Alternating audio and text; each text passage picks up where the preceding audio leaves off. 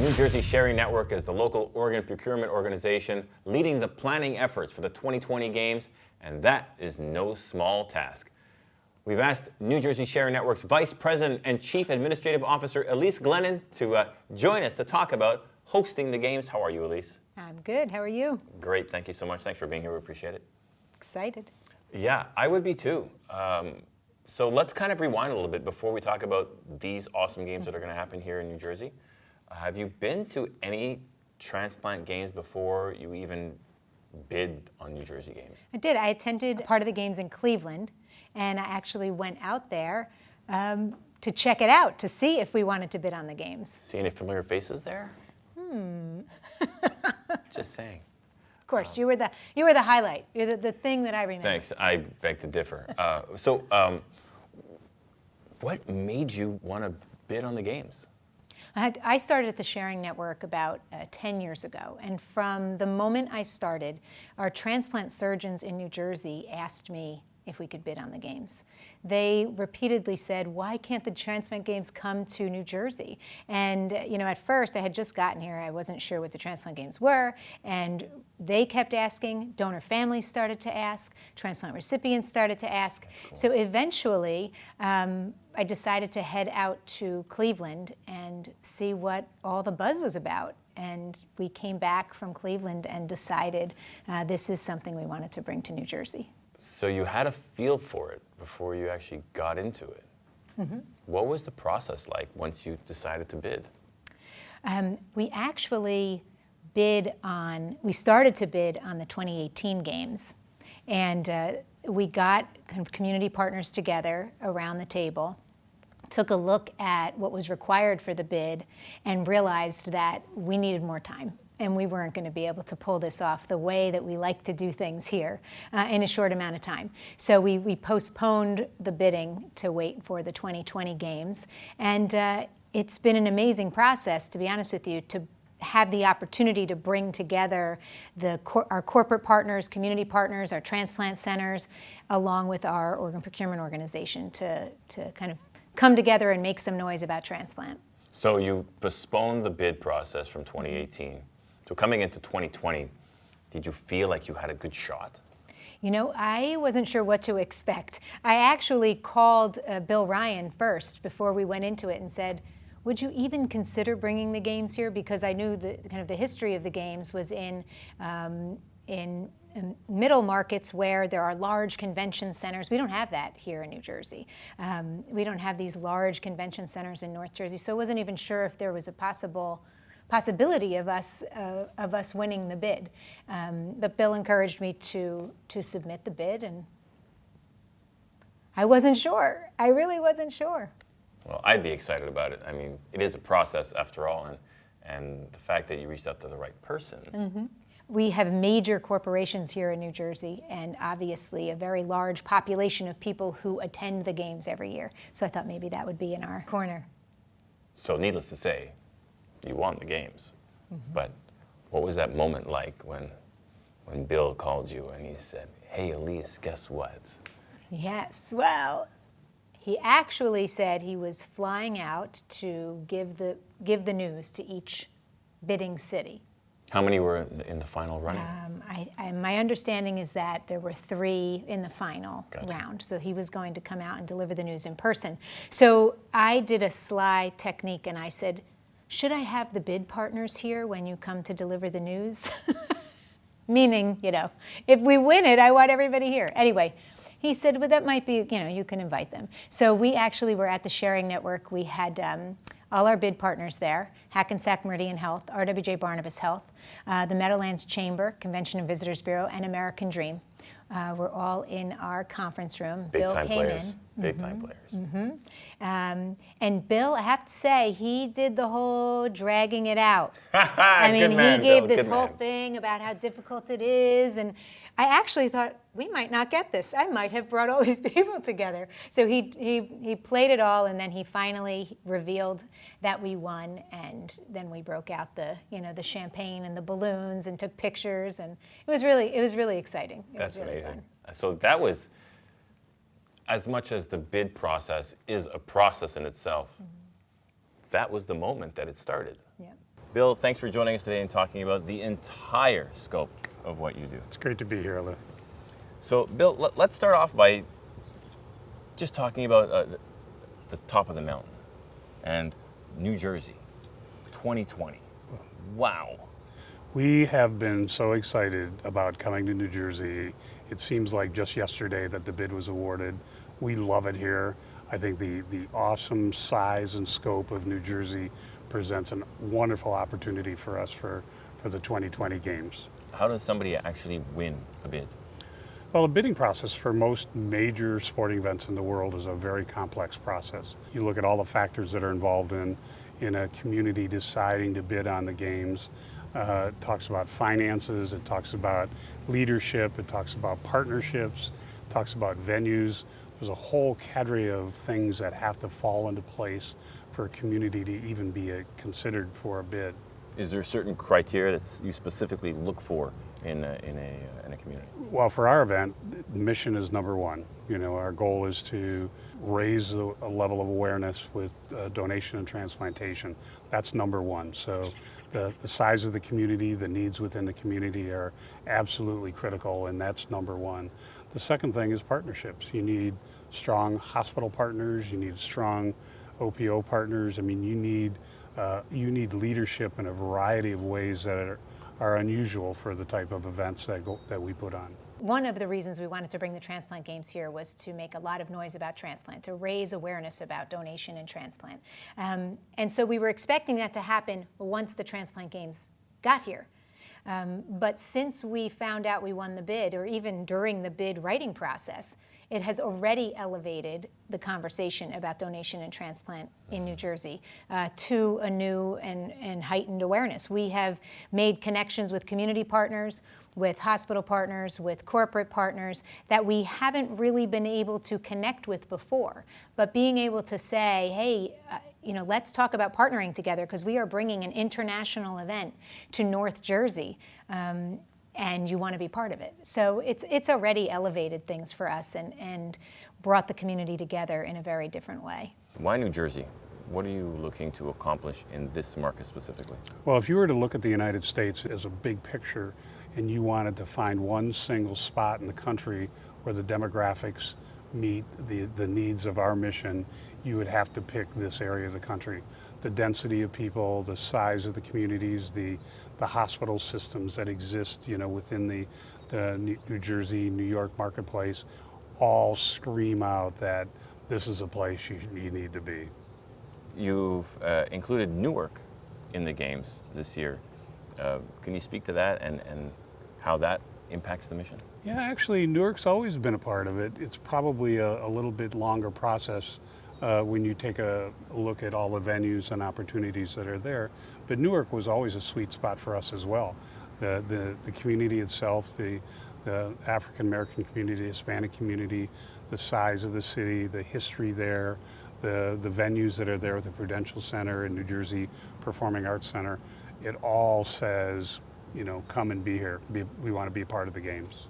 So when all these partners came on board and bought into the cause, has that facilitated the planning process, or has the planning process gotten that much bigger because you had so many partners? It has, and it's funny you say that because we have the local organizing committee, which started out this size, and then we've added, the venues, and then more corporate partners want to get involved. So it has expanded the scope and the types of people who have gotten involved in the planning. So all these people get together, and you're planning these incredible games. Was it what you've imagined? I think it was better. It was better than I imagined. It was crazier than I imagined, but better, Crazy and better go together, no pain, no gain, all of those kinds of cliches, but it's been an amazing process. Joining me now are two longtime supporters of the transplant community and, of course, the transplant games themselves. From Novartis Pharmaceuticals, please welcome Rose Sellati, Director of Patient Advocacy and Strategic Alliances, and Maria Lopes, Marketing Director of the Transplant franchise. Ladies, thank you so much for joining us today. Thank you. So we have so much to ask you. We want to know, so Novartis has been a longtime partner, the supporter of the transplant games. Why this event and why this organization? It's a deeply rooted mission for the organization to make sure that we continue this mission. And the games is one part of it, a big part of it, given the number of patients and avenues in which we can reach with our message about organ donation and the field of transplantation. So I think since 1990 and I think last 20 or so games, we've been there front and center. And I think we all look forward to it every 2 years and wish it was actually every year. And Novartis does so much impactful work in the realm of transplantation. What continues to drive that work? You know, in 1983, Novartis launched the first immunosuppressive drug that actually enabled patients or recipients to live longer lives.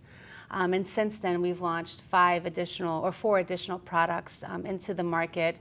And that journey and dedication to transplantation is deeply, deeply rooted in the organization, and the future is quite bright as well. But I think when you think about the impact you can have on a life, there is nothing like transplant. There is nothing that gives back to the community like transplant. There is nothing that gives back to the donor families, to the recipient families that get to have so many more years with their loved one. So when you think about why do we do it, that's why. Sharing Network CEO Joe Roth joins us today to talk about the impact of the games here in New Jersey. Joe, thanks for joining us. Thank you, Olivier.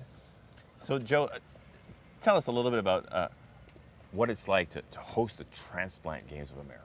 Well, it's the thrill of a lifetime.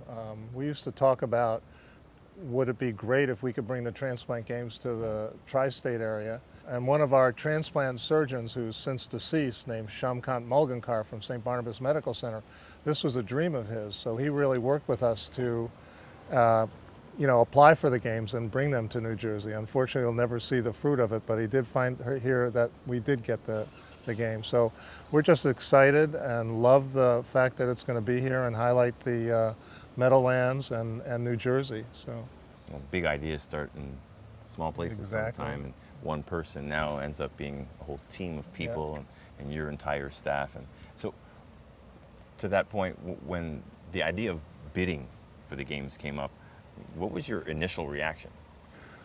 Oh, it was, let's go for it. It was a no-brainer. We're going to bid, and we're going to, offer up the whole combined area, the Meadowlands, New York City, the tri-state area. I mean, to us it was a slam dunk. We thought it would be easy to get, but it's been a lot of fun.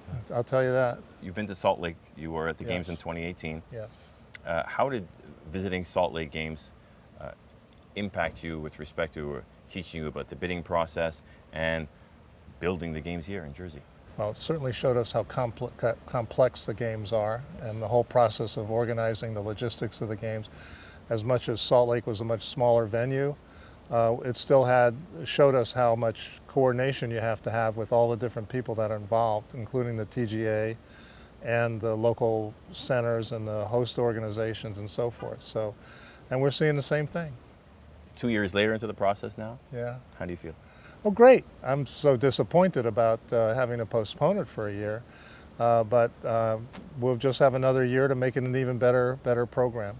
Well, that's it. Raising that bar. Yeah. We've spoken to many people, and we've had the opportunity to get their feedback on what it's like, moving the games from 20 to 21, and it's that common denominator with everyone. They're like, we just get an opportunity. We have a little bit more time Right. to make them that much better. Yeah. Can you tell us a little bit about the support that's going on there? Well, our board, we have 2 basic boards that we get support from. One is the Governing Board of Trustees, and one is the Sharing Network Foundation Board. And the Governing Board was very quick to say, we'll make our contribution appropriately to help get the games going. Many of our board members have actually jumped in, and their families have jumped in to volunteer. You visited 2018. You went to Salt Lake City in 2018, Yes. and you watched Yes, the we games did. there, and you observed a lot. What was that process like, and how did it help you in the learning process and actually putting on the games here in New Jersey? Sure. Spending the week in Salt Lake to observe those games was extremely valuable. It was very educational. We got to see all different aspects of it. We got to understand certainly what it takes to put these games on.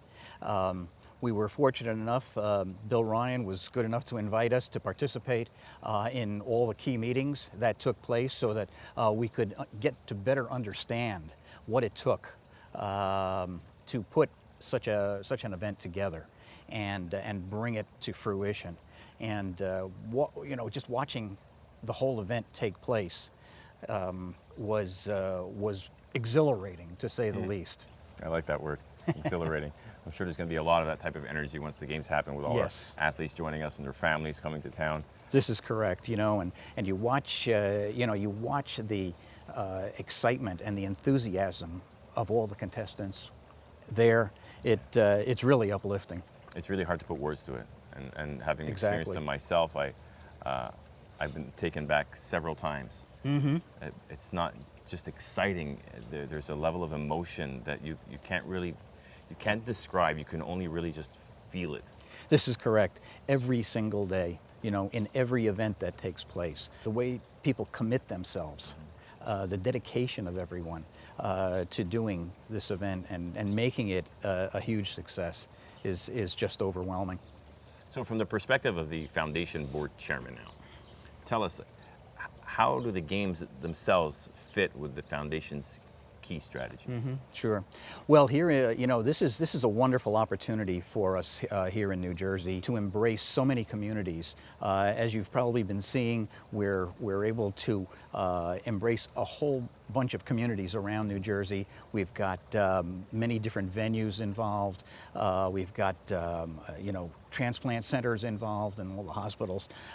It's brought about such excitement to the games, and this is the challenge that we wanted, and to create the awareness of organ donation. Here in New Jersey we have 4,000 people plus on the waiting list, and we need to continue at all times creating awareness and educating the marketplace to what organ donation is about and how it saves lives.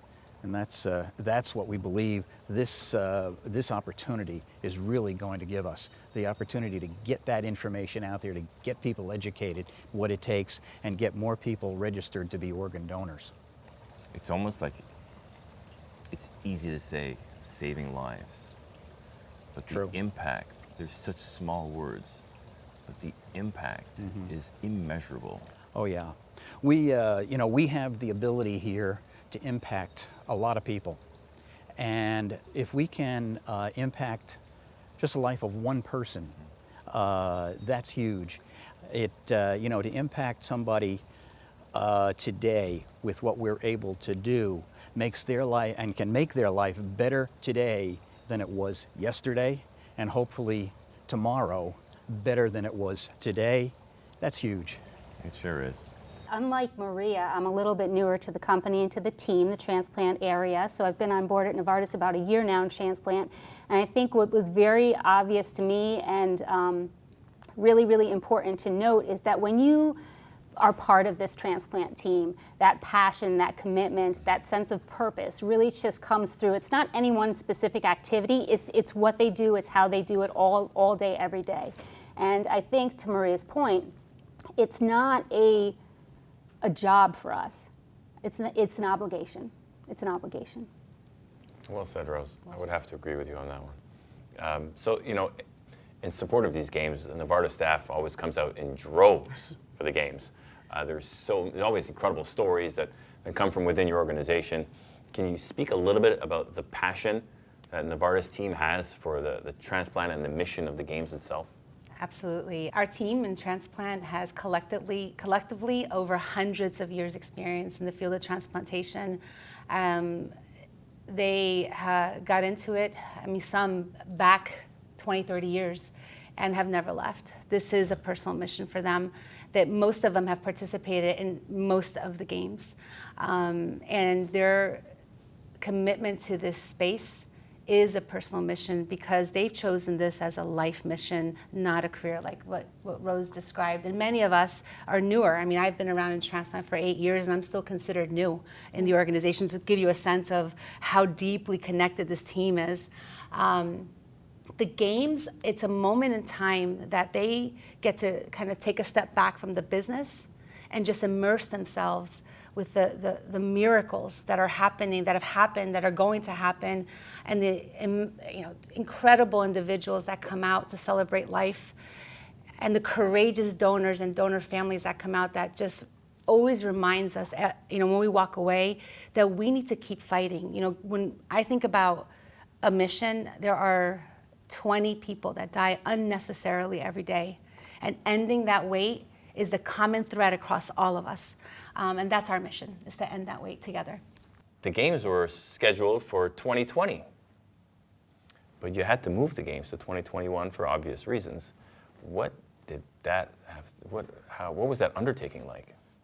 Well, the decision itself to move the games was challenging. Every company, every nonprofit, every event is struggling right now about kind of rescheduling and what to do something virtual, change it to another year. So the whole process of making that decision was sort of almost gut-wrenching, not necessarily just because of the event planning logistics of it, but also for our community. Our community, we found out we won the bid in February of 2018. So for 2 years, we've been waiting for this and planning for this, and to have to move it out another year is, you have that loss. It's almost like a sense, a grief, a sense of loss. You don't only go through games, you simultaneously go through bidding processes with potential host cities. There's so much that goes into putting on games. Jersey slated to be one of the biggest, if not the biggest yet. But 2020 has been challenging for you. Yeah. I mean, we expected the games in 2020 to be the single largest games that have ever been produced in the world, and we still believe that's going to happen. But the last year has been somewhat of a challenge. I mean, all the things that we've had to face to, get ready for the games. We've been 2 years into the process, fundraising, planning, venue selection, committees, volunteer organizations, all of the things that are really critical to us has been a long, drawn-out process. So the Jersey games, there's a lot that go into the Jersey games. How has the process differed based on the scale of these games to past games? Well, I think first and foremost, the size of the venues are a challenge for us now. When we did 8,000 people in Salt Lake City in 2018, we had plenty of space to handle that size of an audience. You double that and you start talking about 15 to 16,000 people, plus all of the fans and people that follow them. You start looking at venues a little bit differently. And New Jersey's part of a history in the United States, smaller communities, a lot of villages, a lot of towns, a lot of different types of venues that we're not typically involved with. And I would agree with you. It's not only athletes that come to town. Many a times, most of the times, athletes when they participate in the games, it becomes a family trip. So it's not one person or two people showing up. It's 4 and 5 and sometimes even more that show up to support. So I can't imagine the undertaking of that in itself. But now it's moved to 2021. So what did that entail and how did that affect you? Well, as we moved through that process of postponing the games till 2021, we had to take a look at a lot of different things. Our partnerships in particular were critical to us. We needed to make sure that all of our partners, hospital partners, OPO partners, sponsors, the community itself were all willing to postpone the games for a period of time. We didn't know, at the time we made the decision, we didn't know it would be a full year. It took us a while to realize that going a full year was probably the best, opportunity for us. Year after year, all across the country.